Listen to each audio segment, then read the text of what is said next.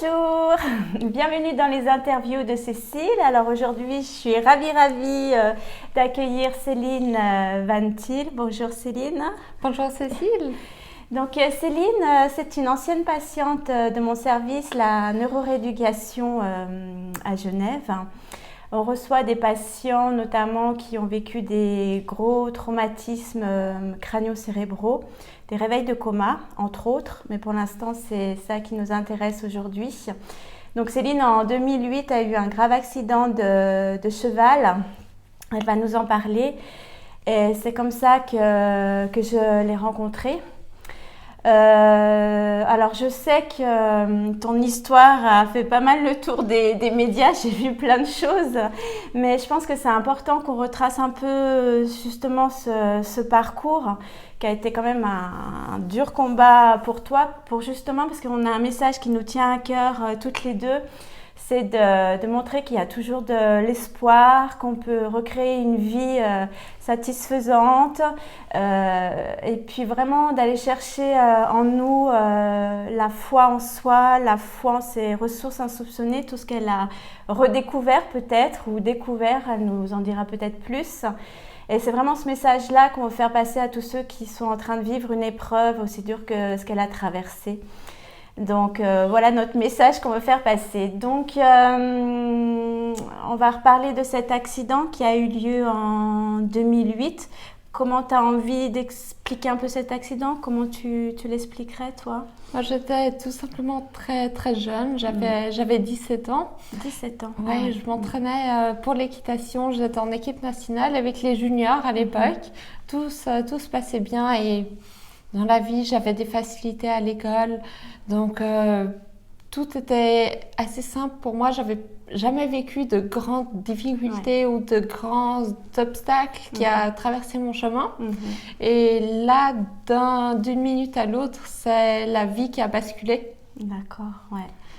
Donc en fait, ce que moi j'ai entendu, c'est qu'en fait, tu es tombé de ton cheval ou ton cheval t'est tombé dessus et puis là, trou noir. Ouais. Voilà, là. Trou noir, voilà. Zapping sans image, inconsciente directement. Ouais. J'ai été héliportée, c'était à l'hôpital de Francfort. Comme je m'entraînais là-bas. Et le diagnostic était sévère. Mes parents ont tout de suite dû signer un papier pour que les médecins puissent m'opérer. Ouais. D'accord. Donc une hémorragie massive, donc coma, perte de conscience. Et le coma a duré 1 mois. 1 mois, d'accord. Et au bout de ce mois-là, tu as été transportable à Genève, il me semble, où tu as pu poursuivre ta rééducation. Alors oui, je suis arrivée à Genève après 1 mois et d'abord à l'hôpital en neurochirurgie pendant quelques jours jusqu'à ce qu'il y ait de la place en neurorééducation. Et quand je suis arrivée en neurorééducation, à ce moment-là, j'étais encore inconsciente. Pas encore toi-même. Je n'étais pas du tout encore moi-même. Et un réveil du coma, c'est pas comme si on se réveille tous les jours et que son réveil sonne et qu'on se lève, qu'on saute de son lit, qu'on se prépare le matin. Non, ça se passe pas du tout comme ça. Ça a pris quand même 2 mois pour pouvoir me réveiller. 2 mois d'état confusionnel, comme vous l'appelez. Ouais. 2 mois pour te ressentir à peu près, te ressentir un peu toi-même en fait. Reprendre mes esprits. Reprendre tes esprits. Et donc reprendre tes esprits, ça ne veut pas dire reprendre toutes tes facultés en fait. Il y avait encore loin de là. Voilà. Donc c'est ça qu'il faut bien comprendre, c'est que donc du coup elle a passé 1 mois de coma, 2 mois à se réveiller du coma, donc avec, elle dit, un état confusionnel, donc être là, pas comprendre de tout ce qui se passe autour d'elle. Mais ensuite, il y a tout à réapprendre. Tu le notais d'ailleurs dans ton livre, je vais déjà le montrer tout de suite, pas à pas, on en reparlera encore tout à l'heure, où il y a tout à réapprendre. Tu te sentais en fait comme un enfant, parce que tu disais que tu n'arrivais pas à manger seule, il y a toute la vie quotidienne à réapprendre en fait. Ouais, exactement. Je me rappelle, non, je me rappelle pas, puisque pour moi, j'étais tout simplement inconsciente. Ouais. Mais ma maman me raconte aujourd'hui qu'elle devait me donner à manger et qu'elle Ah. négociait avec moi pour que ce soit une bouchée elle et une bouchée moi. Mhm. Et que je voulais pas le faire parce que j'étais incapable de faire le mouvement. Mhm. Je cognais très fort avec la fourchette contre mes dents. D'accord, ouais, moi je comprends. Donc du coup, ouais, 2 mois d'état confusionnel. Ensuite, tu as eu l'impression de te retrouver un petit peu. Donc après, c'était un combat pour retrouver des facultés parce qu'en fait, pour que les gens comprennent, tu as perdu une grande part de la motricité, de la vue. Ouais. Donc l'ataxie, c'est des mouvements un petit peu Des mouvements involontaires. voilà, involontaires, donc pour la marche et pour tas d'autres choses. Disons que mes membres ne fonctionnaient plus beaucoup. Mhm, mhm. Je devais réapprendre à tenir en position assise comme Ouais. maintenant, Ouais. ce qui paraît bête, Ouais. mais ce qui est finalement pas si bête Ouais. que ça, et on s'en rend juste compte au moment où on le perd. Ouais, c'est ça, ouais. Et puis au niveau de la motricité fine aussi, rien que tenir, comme tu disais, une cuillère, une fourchette. Et puis d'autres choses, où, par exemple l'anticipation, le sens de l'orientation, Ouais. encore plein d'autres choses où, oui, pour se sentir bien. Après l'estime de toi-même, tu en parlais beaucoup. Tu disais que tu avais le crâne rasé, la cicatrice, tu ne te retrouvais pas en tant que fille finalement. Tu as perdu... Voilà. Ça, voilà. Ouais. Ouais, j'ai perdu beaucoup de choses. Je Ouais. me reconnaissais plus beaucoup. Ouais. Surtout qu'avant, bon, c'était ma vie d'avant et je Ouais. voulais toujours retourner en arrière au début. Et Ah oui. ça a duré quand même pendant plusieurs mois, voire quelques années, une année ou deux. Super intéressant. En fait, de la résistance à ce qui était finalement. Euh, alors, tu traversais cette épreuve, mais en même temps, tu voulais revenir à ta vie d'avant. Donc, de la résistance. Donc, pas d'acceptation forcément. Donc, finalement, une évolution par rapport à tous les efforts de motivation. Mais c'est vrai que tant qu'il y avait... C'est ce que j'ai découvert dans ton livre, c'est que tu as parlé à un moment donné d'acceptation. Et là, on a l'impression que tout a basculé. Qu'en fait, Un nouveau monde s'ouvre. voilà, de possibilités, d'opportunités que tu as réussi à créer. C'est vrai que tu dis à un moment donné, je crois que je l'ai noté, voilà, tu as voulu t'adapter aux différences. Et j'ai fait le choix d'accepter. Cette phrase, elle m'a vraiment, ça me fait des frissons. Et de le prendre comme une leçon de vie, une force, un apprentissage. Ouais. Et c'est la vie au quotidien Ouais. depuis. Voilà. Donc en fait, tu t'en es fait une devise de tout ça, Exactement. que tout est possible pour toi, tu te mets plein de challenges. Mais tout est possible, c'est se donner les moyens d'y arriver. Oui. C'est-à-dire aussi de se mettre dans l'esprit pour y arriver. Mhm. Tout faire pour créer les conditions nécessaires. Oui, ouais. Mais oui, c'est vraiment depuis ce moment d'acceptation, parce que du coup, c'est vrai que quand on n'a plus de résistance, qu'on commence à accepter, ok, j'ai telle capacité, j'en suis là, maintenant j'ai envie d'en arriver là, comment je fais? Vraiment de recréer une vie en fait. Ouais. Tu t'es recréé une vie. Je me suis réinventé une Ouais, vie tu t'es complètement. réinventé, c'est joli ça. Ouais. C'est réinventé. Et c'est vrai que tu as même écrit à un moment donné que tu avais même trouvé une plus grande joie de vivre, comme si avant le bonheur était... on y réfléchissait. C'est quasiment normal. Voilà, c'est vrai. Tandis qu'aujourd'hui, je vois la vie différemment. Ouais. Je réalise ce qu'elle signifie, ce qu'elle est. D'accord. L'accident, en fait, de par l'épreuve, pas l'accident finalement, l'épreuve que tu as traversée, a mis beaucoup plus de sens dans ta vie. Oui. C'est ça? Et aussi pour mes proches, pour ma famille. D'accord. Tes proches aussi ont été, par monde a rapport été à tout, impacté. tout le monde a été impacté, par rapport à ce qu'ils ont vécu, la peur qu'ils en ont eue, ils ont aussi changé leur vision de la vie, c'est ça que tu essayes de Ouais. me dire? D'accord. Et encore maintenant, c'est quelque Ça, chose qu'on ça a garde. apporté quelque chose à tout le monde et c'est toujours aussi le message que j'aimerais transmettre aux autres, inspirer les autres, motiver les autres, leur montrer vraiment que la plupart des barrières, on se les fixe soi-même. Oui. Dans quelle que soit la Oui. situation, quelle que soit la situation, on peut toujours trouver quelque chose de bien, quelque chose à quoi s'accrocher pour avancer. D'accord. Et ça, c'est vraiment toute l'épreuve que tu as traversée qui t'a mis ce mindset en tête, ou déjà tu avais une approche un peu avant où c'est vraiment... Avant, j'étais certes déjà sportive d'élite, Ouais. compétitrice Oui, dans l'âme, ouais. mais je dirais qu'aujourd'hui, c'est encore une autre histoire. C'est comme le fait d'avoir été très timide Ouais. et d'avoir un grand côté introverti quand j'étais enfant.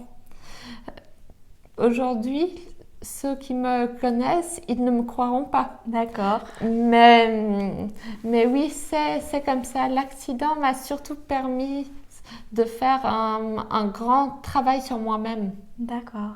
De retrouver en fait une essence qui était en toi, je pense, hein, et que l'enfance n'a pas forcément ouvert à toi. Et l'accident, en fait, te l'a montré, parce que finalement, c'est quelque chose qui était en toi, c'est pas quelque chose. Voilà. Ouais. Voilà, cette force, cette volonté, je l'avais peut-être déjà en moi, sauf que je ne le savais pas, Ouais. je ne l'ai jamais utilisé Ouais. et j'ai dû vivre ce drame Ouais. pour m'en rendre compte et pour développer peut-être un don. Ouais. Et j'imagine aussi que c'est comme ça pour beaucoup de personnes. Et le message que j'aimerais transmettre, j'aimerais motiver les gens à se découvrir plus rapidement. Ah oui, super. Ouais, ouais, je vois tout à fait ce que tu veux dire. Et donc, du coup, au quotidien, maintenant, donc, je vois que tu vis seule, que tu as plein d'activités. Faut dire aussi qu'elle a fait plein de belles choses, je voulais vraiment en parler. Donc aussi Miss Handicap en 2012, tu as fait les Jeux mondiaux, alors là, dans le cheval. Ouais. Dans le cheval, tu disais aux États-Unis. Ouais, en 2010 pour En la 2010. première fois. Après, il y a eu la deuxième fois en 2014. D'accord. Entre deux, il y a eu 2 championnats d'Europe. Ouais. Et les Jeux paralympiques aussi. Pour finalement réaliser mon rêve d'adolescente, mon rêve olympique que j'ai réalisé quoi qu'il arrive. Ouais.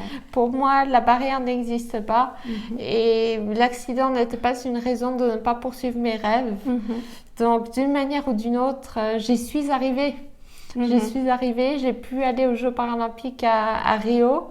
Waouh, c'était vraiment incroyable. Mais j'y suis pas arrivée d'un jour à l'autre en un claquement de doigts. La vie, elle passe avec des hauts et des bas. Faut pas penser que seulement les bonnes choses m'arrivent parce qu'on passe tous par des moments aussi beaucoup plus difficiles et j'en ai vécu notamment au retour après l'accident, au retour à la vie. En rentrant chez moi après l'hôpital, c'était peut-être là la période la plus difficile.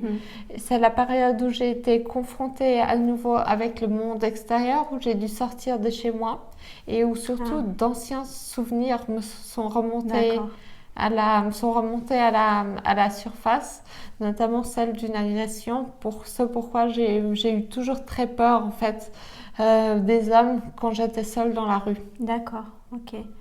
Ouais, alors comme tu dis, des hauts et des bas, et c'est pas parce qu'on... Alors c'est vrai qu'on trouve la foi en soi, on trouve ses ressources, donc on arrive à se faire, comme tu dis, à se réinventer, à se recréer une vie, mais ça n'empêche pas que la vie, elle continue, il y aura toujours des hauts et des bas, comme tout le monde finalement. Même si on ne vit pas forcément une grosse épreuve comme elle a vécu, mais c'est vrai, comme tu dis, il faut rester dans la réalité. Tu en as fait quelque chose de magnifique, mais tu vas vivre une vie comme tout le monde avec ses hauts et ses bas. Mais je pense que tu as une conscience très, très ouverte maintenant par rapport à tout ce que tu as traversé, par rapport à d'autres mondes. Je pense que tu es hyper éveillée par rapport à tout ça et donc tu trouveras, comme tu dis, tes ressources peut-être plus facilement pour traverser ça. Mais les bas, comme l'on dit, je- c'est un apprentissage. Ouais. Il faut Prends s'en comme ça. servir Tout à fait. comme élément catalysateur pour avancer, pour progresser. Tout à fait. Il faut vraiment en apprendre quelque chose, en tirer une leçon pour avancer. Donc en fait, l'être humain, il apprend souvent dans la souffrance hein, quand même. Hein. Des fois, il a besoin de choses un petit peu dures pour apprendre. Je dirais même que c'est la beauté dans la difficulté. D'accord. D'accord. Ah ouais. Je vais assez loin, je sais. Ouais, mais c'est très beau. Mais c'est pour ça aussi que j'arrive à me fixer des défis élevés aujourd'hui et que j'espère réussir toujours à y parvenir. Par exemple, mon défi d'athlétisme aujourd'hui, enfin, je vais peut-être un petit peu vite, mais voilà, je sais que c'est entre guillemets dangereux pour mon corps parce qu'il y a des impacts qui sont forts, il y a des blessures. Mais finalement, chaque cassure, je dis que ça fait partie du jeu. Alors oui, beaucoup de personnes me diront, mais Céline, tu n'as pas besoin de te faire mal pour arriver quelque part. Mais si on veut y arriver, de temps en temps, on est obligé de passer par là. Et après, c'est la manière de gérer tout ça et de réussir à le transformer en un élément qui va vraiment encore nous pousser en fait vers l'avant. Tu vas en fait chercher à chaque fois tes limites. Tu vas voir si tu arrives à les dépasser, à les agrandir. Mais souvent, il faut d'abord reculer aussi, régulièrement, reculer d'un ou deux pas pour pouvoir en avancer un ou deux ou trois après. D'accord. D'accord. Comme s'il fallait prendre du recul pour après foncer un peu plus loin, un peu plus vite finalement. Aussi. Mais ça, c'est vraiment depuis l'accident, c'est la même chose. Dans n'importe quelle situation, les progrès, ils sont jamais sur une ligne grimpante. Ils passent toujours par des montagnes russes, des hauts, des bas. Après, hop, on progresse. Après, on stagne pendant longtemps. On recule même un peu pour finalement restagner. Et puis tout d'un coup, progresser à nouveau. D'accord, ouais, donc tu arrives à voir tout cet ensemble-là. Parce que c'est vrai, quand on est un peu dans la souffrance, on a l'impression de pas progresser, d'être toujours, alors que souvent on progresse, mais souvent à l'hôpital, je vois des gens qui, mais je vois pas mes progrès, alors que nous, on les voit progresser. Et... C'est normal parce qu'on est en plein dans la situation. Ouais. Je l'ai vécu aussi. Quand on a tout perdu, tout ce qu'on espère, c'est retrouver la vie, retrouver la vie, retrouver nos capacités d'avant, c'est tout ce à quoi je pensais aussi à ce moment-là. Ok, ouais. Donc vraiment, oui, une leçon d'espoir, une leçon de vie, comme tu dis. Après, j'avais vu aussi une super phrase de Churchill. Puis elle a fait aussi des conférences. Je l'ai vue sur TED à Martigny. Oh, c'est magnifique. Franchement, bravo. Parce qu'il faut le faire. C'est vraiment aller chercher dans ses ressources pour pouvoir aller devant un public comme ça, parler de toi. C'est la volonté de transmettre. De motiver les gens, de leur montrer ce qui est possible. Ouais. Une vraie ambassadrice. Et leur permettre aussi de se remettre en question grâce à mon témoignage, de se poser des questions à elles-mêmes, d'y réfléchir et après de prendre des mesures, de passer à l'action. Ouais, tu en as vraiment fait un sens directionnel dans ta vie de ça. C'est vraiment quelque chose de profond, la transmission. Hein.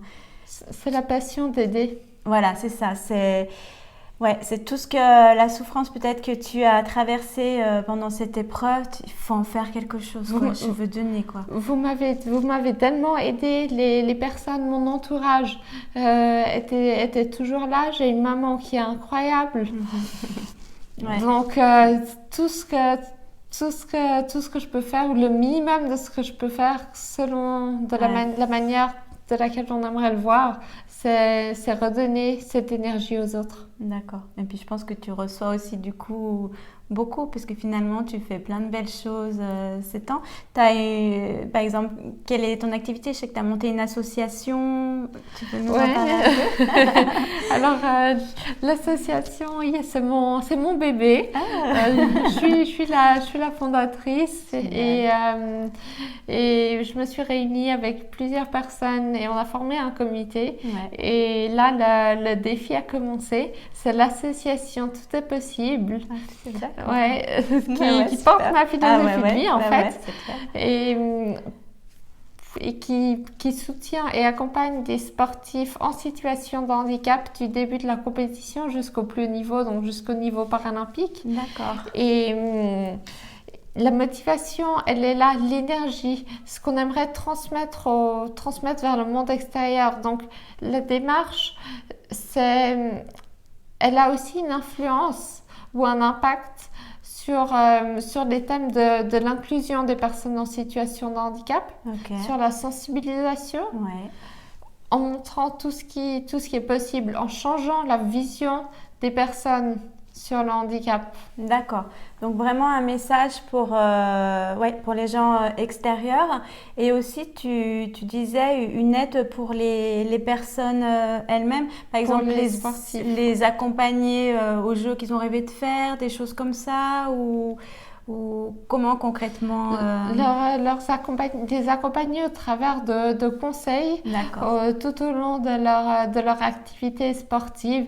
S'ils ont besoin, par exemple, d'une prothèse pour pratiquer une discipline, on les mettra en contact avec les bonnes personnes. Ou pour leur rappeler des délais administratifs par exemple aussi, et on les soutient aussi par une modeste contribution financière à travers leur parcours. D'accord, donc c'est une association, donc en fait nous on peut faire un don à cette association. D'accord. Ou devenir membre. Ouais. Et quel serait notre rôle en tant que membre, par exemple? Alors là, vous avez la possibilité aussi de soutenir des sportifs directement. Déjà aussi avec juste en apportant votre enthousiasme, votre soutien, être là, nous accompagner lors de différents événements auxquels parfois on peut avoir un stand, ou à des compétitions où nos athlètes y concourent. Ok. Alors, je vous mettrai tous les liens dans la barre d'infos. Enfin, voilà, on mettra les liens pour que vous puissiez aller voir par vous-même. Après, je voulais lire aussi une phrase tu avais marqué, une phrase de Churchill. Tu veux la dire? Tu la connais par cœur ou tu sais, le pessimiste, hein? Alors, je reviens souvent dessus lors de mes interventions. Ouais, j'adore cette phrase. Ouais, non, c'est une citation qui m'a beaucoup inspirée. D'accord. Et elle fait partie de ma philosophie parce que Churchill, pendant la guerre, il disait qu'un pessimiste, il voit la difficulté dans l'opportunité. Et un optimiste, il voit l'opportunité dans la difficulté. C'est ce que tu nous disais bien tout à l'heure. Ouais, tout à fait. D'où les défis. D'où la volonté de les relever. Voilà, les défis de la vie. Ouais, complètement. Ça, c'est super. Et puis, donc, le livre, tu l'as écrit, je le remontre. Donc, c'est aux éditions Slatkin. Pas à pas, histoire d'un accident et d'une résurrection. Je vous le conseille. Il est magnifique, ça donne des frissons quand on le lit. Voilà, donc je vous le conseille. Moi, je l'ai trouvé sur Amazon, mais vous le trouverez partout. Voilà, il y a eu aussi un film Bucéphale que j'ai pas eu l'occasion de regarder. C'est une journaliste qui t'a... Comment ça s'est passé ce film? C'est quelqu'un... Les opportunités viennent à toi naturellement? Tu les attires maintenant? Là, pour le film, c'était en 2013, je crois, à l'époque. Ah oui, déjà? Ouais, parce que c'était après la première édition de mon livre, quand je l'ai publié. Il y a une dame qui m'a contactée pour faire un article pour la rubrique d'un journal. Ok. Et elle est venue faire des photos. Elle commençait à photographier avec les chevaux. Ok. Donc, elle m'a demandé si on pouvait rester en contact, peut-être refaire 1 ou 2 séances. Ok. C'est ce qui s'est passé. Et on est devenus des amis. Ok. Un peu plus tard, Ouais. on s'est revus. Et elle m'annonce qu'elle travaille dans une société de production. Ok. Et d'un coup, elle a eu l'idée folle. On pourrait faire un film sur toi. Ok. Ah bon? D'accord, bon. J'ai rien dit, mais apparemment, elle est allée parler à son directeur. Et un petit peu après, ils sont revenus vers moi avec la volonté de faire quelque chose. Je les ai mis en contact avec une autre personne qui avait déjà fait une capsule sur moi pour son travail pour l'université. D'accord. Justement, et cette combinaison, en fait, de les avoir mises ensemble a petit à petit donné naissance à l'aventure où ils m'ont suivi sur 4 années. Oh, 4 années. Ouais, Ah ouais, ils m'ont d'accord. suivi sur 4 ans et lors de différentes échéances, de moments très, très différents aussi. Et finalement, ça a donné le film, le documentaire de 35 minutes d'aujourd'hui, Bicéphale. D'accord, donc en fait c'est un documentaire qui retrace ta vie après, enfin dans les challenges que tu t'es mis après ton accident, c'est ça? Où ils reprennent aussi l'accident ou... Alors, l'accident était filmé, donc on a des images. Ah d'accord, des Ouais. images de la famille personnelle en fait. Ouais.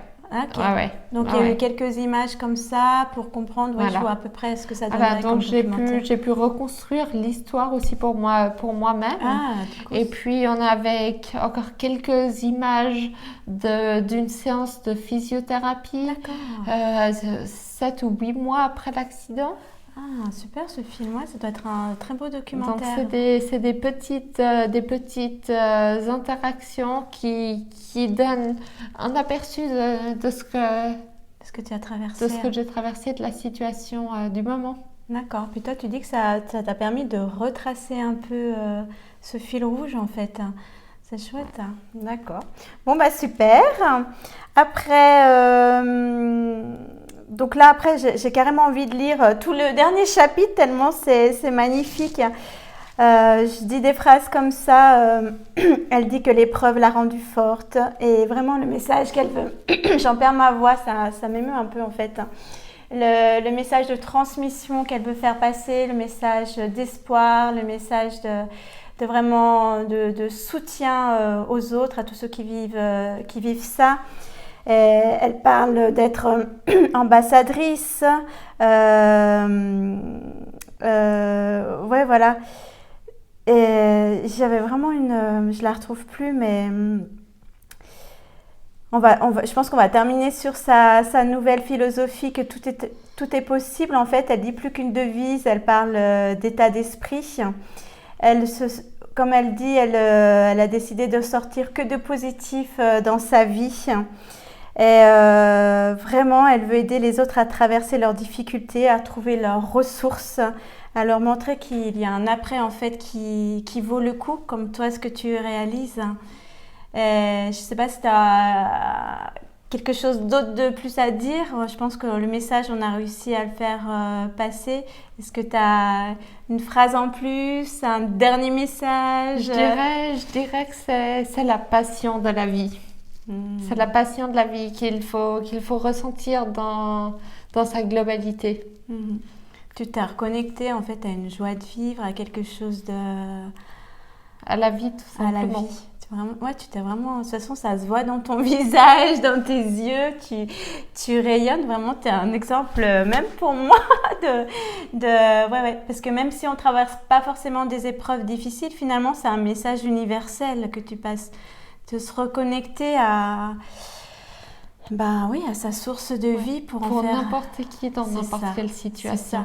C'est ça. C'est dans n'importe quelle situation qu'on peut encore plus s'ouvrir, plus donner, et plus être connecté à la vie. Se retrouver nous-mêmes et se reconnecter à la Terre. Ouais, ouais. Et Quel à beau l'univers. message. Ouh là là, ça me fait des frissons. Je crois qu'on va, on va arrêter là. J'espère que notre message vous aura fait du bien, que son sourire et sa lumière vous aura illuminé aussi, illuminé votre cœur. Et franchement, voilà, croyez en vous, hein, c'est ça? Ouais. Croyez en vous. Hein. Ouais. On a tous une super lumière à donner aux autres. Voilà, merci Céline beaucoup. Merci beaucoup, Cécile. Ouais, merci. Hein. Ouh, je suis pleine de frissons. Allez, au revoir à tous et à une prochaine interview dans les interviews de Cécile. Au revoir. Au revoir.